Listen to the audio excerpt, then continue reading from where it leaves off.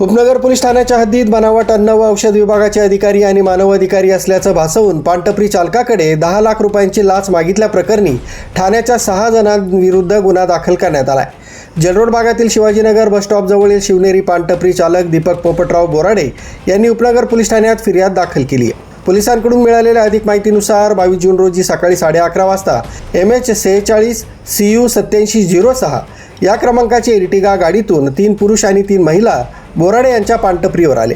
त्यांनी स्वतःला food and drugs विभागाचे अधिकारी आणि मानव अधिकारी असल्याचं सांगून पानटपरीत गुटखा विक्री होत असून पानटपरीची तपासणी करणार असल्याचं सांगितलंय। तपासणी दरम्यान त्यांनी बनावट ओळखपत्र दाखवलं। त्यानंतर कारवाई थांबवण्यासाठी सुरुवातीला 10 लाख रुपये आणि नंतर तडजोडीसाठी 5 लाख रुपयांची लाच मागितल्याचा आरोप फिर्यादीत करण्यात आला। फिर्यादींना पैसे नसल्याचं सांगितल्यावर आरोपींनी थोडा वेळ मागून घेतला।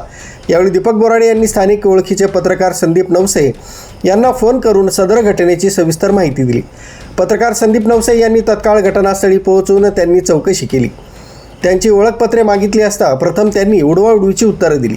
नवसे यांना संशय आल्यानं त्यांनी उपनगर पोलिसांशी संपर्क साधून माहिती दिली।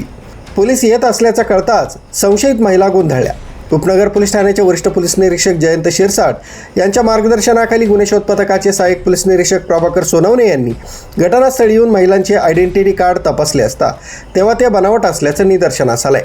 सुनील गजानन मालुसरे, शरद रामचंद्र गायकर, शरद भगवान पाटील, गौरी महेश बर्डे, सरिता संजय मोरे आणि सरला शरद गायकर हे सर्व राहणार ठाणे या 6 जणांविरुद्ध उपनगर पोलीस ठाण्यात गुन्हा दाखल करण्यात आला।